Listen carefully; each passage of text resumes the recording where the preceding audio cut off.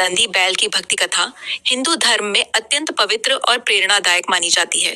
नंदी केवल एक बैल नहीं, बल्कि भगवान शिव के परम भक्त, वाहन और कैलाश के द्वारपाल हैं। उनकी भक्ति, निष्ठा और समर्पण की कहानी हमें सच्ची श्रद्धा का अर्थ समझाती है। पौराणिक कथाओं के अनुसार नंदी का जन्म महर्षि शिलाद के यहाँ हुआ था। महर्षि शिलाद संतानहीन थे और उन्होंने कठोर तपस्या करके भगवान शिव से पुत्र की कामना की। उनकी तपस्या से प्रसन्न होकर भगवान शिव प्रकट हुए और वरदान दिया कि उन्हें एक दिव्य, तेजस्वी और शिव भक्त पुत्र प्राप्त होगा। कुछ समय बाद शिलाद को एक अद्भुत बालक मिला, जिसका नाम उन्होंने नंदी रखा। नंदी बचपन से ही अत्यंत तेजस्वी और शिव भक्त थे। वे हर समय शिव का नाम जपते रहते थे। एक दिन कुछ ऋषि महर्षि शिलाद के आश्रम में आए। उन्होंने बालक नंदी को देखकर कहा कि उसकी आयु बहुत कम है। यह सुनकर शिलाद अत्यंत दुखी हुए, परंतु नंदी विचलित नहीं हुए। उन्होंने निश्चय किया कि वे भगवान शिव की कठोर तपस्या करेंगे। नंदी वन में गए और घोर तप करने लगे। उन्होंने अन्न जल त्याग दिया और केवल शिव मंत्र का जप करते रहे। उनकी अटूट भक्ति से प्रसन्न होकर भगवान शिव और माता पार्वती प्रकट हुए। शिवजी ने नंदी को आशीर्वाद दिया और अमृतत्व प्रदान किया। साथ ही उन्हें अपना वाहन और गणों का प्रमुख बना दिया। उस दिन से नंदी सदैव शिव के साथ रहने लगे। माता पार्वती ने भी नंदी को पुत्रवत स्नेह दिया। नंदी का जीवन पूर्ण रूप से शिव सेवा में समर्पित हो गया। वे कैलाश पर्वत के द्वारपाल बने और शिव के आदेशों का पालन करने लगे।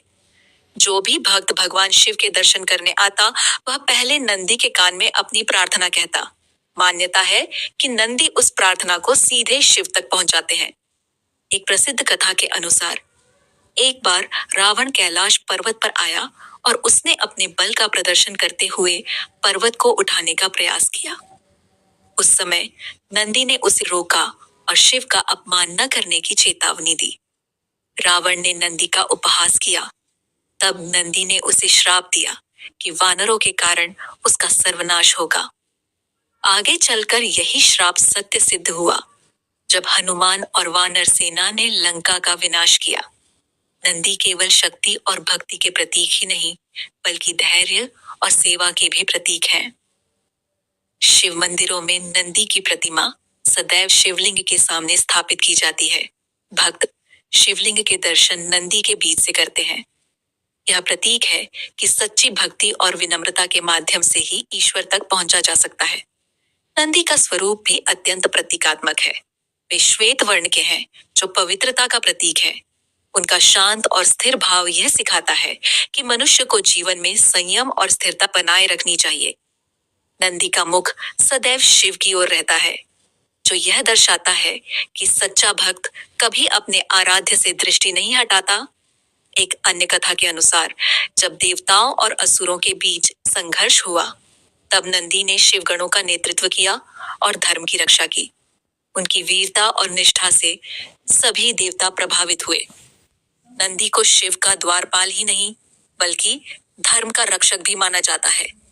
दक्ष प्रजापति के यज्ञ प्रसंग में भी नंदी का उल्लेख मिलता है। जब दक्ष प्रजापति ने शिव का अपमान किया, तब नंदी ने क्रोधित होकर उन्हें चेतावनी दी थी। बाद में जब माता सती ने यज्ञ में आत्मदाह किया, तो नंदी अत्यंत दुखी हुए और शिवगणों के साथ यज्ञ का विध्वंस किया। यह घटना दर्शाती है कि नंदी अपने आराध्य के सम्मान के लिए सदैव तत्पर रहते थे। नंदी की भक्ति केवल शक्ति का प्रदर्शन नहीं थी, बल्कि पूर्ण समर्पण का उदाहरण थी। वे कभी अपने लिए कुछ नहीं मांगते थे। उनका जीवन केवल शिव सेवा में बीतता था। उनकी निष्ठा इतनी दृढ़ थी कि स्वयं शिव ने उन्हें अपने हृदय के अत्यंत समीप स्थान दिया। आज भी भारत के प्रत्येक शिव मंदिर में नंदी की प्रतिमा अवश्य होती है। भक्त पहले नंदी को प्रणाम करते हैं, फिर शिवलिंग के दर्शन करते हैं। यह परंपरा हमें सिखाती है कि गुरु या भक्त के माध्यम से ही भगवान तक पहुंचा जा सकता है। नंदी गुरु तत्व का भी प्रतीक है। नंदी की कथा हमें यह संदेश देती है कि सच्ची भक्ति में अहंकार का स्थान नहीं होता। चाहे कितनी भी कठिन परिस्थिति क्यों न हो, यदि श्रद्धा अटूट हो, तो ईश्वर स्वयं भक्त की रक्षा करते हैं। नंदी ने अपने जीवन से यह सिद्ध किया कि ईश्वर के प्रति पूर्ण समर्पण ही मोक्ष का मार्ग है। नंदी बैल की यह भक्ति कथा हमें धर्म, निष्ठा, सेवा और समर्पण का पाठ पढ़ाती है। वे केवल शिव के वाहन नहीं, बल्कि आदर्श भक्त के प्रतीक हैं। उनकी शांत मुद्रा, स्थिर दृष्टि और अडिग श्रद्धा हमें जीवन में धैर्य, विश्वास और भक्ति की प्रेरणा देती है। जो भी भक्त सच्चे मन से नंदी और भगवान शिव का स्मरण करता है, उसके जीवन में सुख, शांति और समृद्धि का वास होता है। ऐसे ही और कहानी और कथा सुनने के लिए हमारे चैनल को लाइक, शेयर, फॉलो और सब्सक्राइब करें। धन्यवाद आपका। दिन शुभ हो, मंगल